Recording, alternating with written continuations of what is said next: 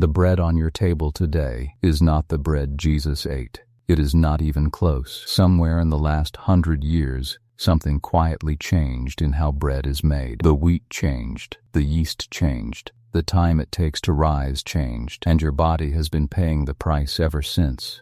Bloating after a sandwich, brain fog by the afternoon, joint pain, with no clear reason. If any of that sounds familiar, stay with me, because it is not a coincidence. Today, we go back to the bread God designed before any of that happened, and I will show you exactly how to make it again, in your own kitchen, starting today. What we're covering here is exactly what you are going to get in this video. First, a true story about a widow, a jar of flour, and a promise that never broke. That story is not just background, it is the exact principle your bread will run on. Second, a simple explanation of what actually happened to bread over the last century and why it stopped agreeing with so many of us. And third, a full walkthrough. You are going to build a living sourdough starter from nothing but flour and water, keep it alive, and bake a real loaf with it. No special equipment, no shortcuts, just the same method that fed people for thousands of years. Stay to the end, because the way you finish this is more important than the way you start it. The widow's story. A mother and her son sat down to prepare their very last meal. Not their last meal of the week, their last meal ever. The famine had lasted 3 years. The fields were dust. The markets were empty. This woman had almost nothing left. A handful of flour in a jar, a little oil in a jug. She was gathering sticks to build one final fire when a stranger appeared at the edge of town. The stranger was Elijah. God had sent him there, to that exact woman, on purpose. He asked her for water. Then he asked her for bread, and she told him the truth. She had one last handful of flour. She was about to make one last loaf, feed her son, and wait to die. What Elijah said next must have sounded almost cruel. Make me a small loaf first. Then make something for yourself and your son. That instruction is recorded in 1 Kings 17:13, and right after it comes the promise. In 1 Kings 17:14, the jar of flour would not run out, and the jug of oil would not run dry, until the day the Lord sent rain on the land. She did it anyway. She fed the prophet first, and the jar was not empty. She fed her son. She fed herself. She went back to that jar the next day, and the next, and the day after that. For an entire year, through the worst famine of her lifetime, the flour never ran out. The oil never ran dry. She gave from it first, and only then did it refill. In a few minutes, you are going to build something in your own kitchen that runs on that exact same principle. The Bridge A sourdough starter is alive. You take a little of it to make bread. You feed it a little flour and water, and it grows back day after day, year after year, just like that jar in Zarephath. As long as you tend it, it does not run out. But before we build one, we need 15 honest minutes about what happened to bread, because most people have no idea how recently it changed, or how deliberately. What went wrong with bread for almost all of human history? Bread was made one way. You mixed flour and water. You left it out. Wild yeast floating in the air around you slowly turned it into something alive. That process took hours, sometimes days. Jesus ate bread made exactly this way every day of his life. Then, in the space of about 100 years, 4 quiet changes took that away. The first change was the wheat itself. In the middle of the last century, scientists bred a shorter, more productive wheat plant to solve a real global hunger crisis. It worked.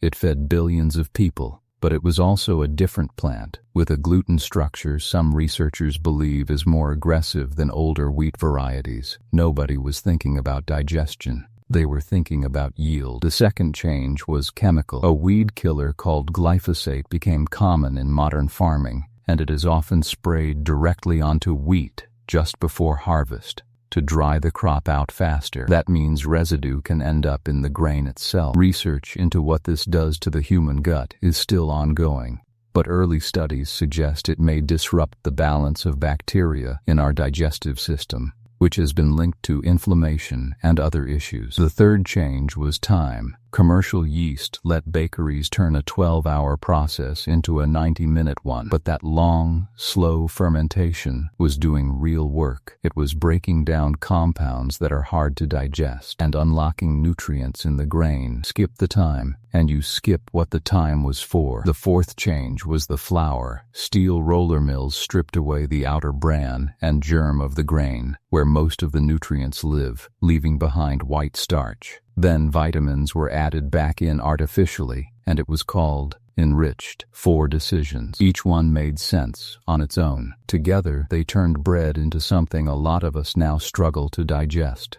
If this is connecting some dots for you, hit subscribe now, because the second half of this video is the part you actually came for. Building your own living starter, step by step, starting today. Here is the most important thing I will say in this entire video. You only do this once. Not once a week. Once, ever. If you tend it, this starter can outlive you. You need 1 clean glass jar, a kitchen scale or tablespoon, whole grain flour, and water. That's it. Use whole grain flour if you can. Whole wheat, whole spelt, or whole rye. The wild yeast lives on the outer bran of the grain, and that bran is stripped out of white flour. Day 1. Combine equal parts flour and water by weight in your jar, roughly 15 to 20 grams each. You want a thick paste, like peanut butter. Cover loosely and leave it somewhere warm, ideally around 70 to 75 F, for 24 hours. Day 2. You probably won't see much, maybe a bubble or two. That's normal. Discard half of what's in the jar, feed it the same amount of flour and water, cover, and wait another day. Day 3.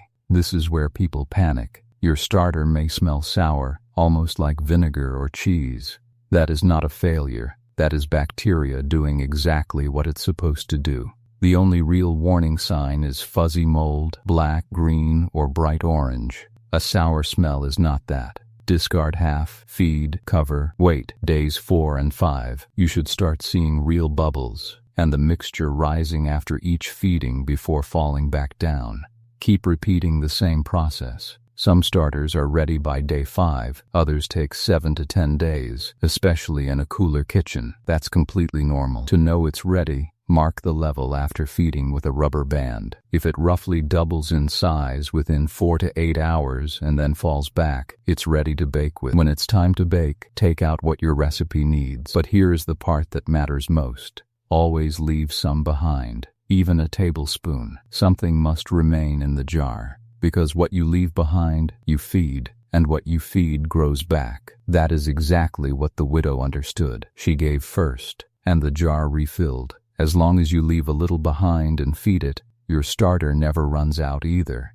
If you bake often, keep it on the counter and feed it daily. If you bake less, keep it in the fridge and feed it every 1 to 2 weeks.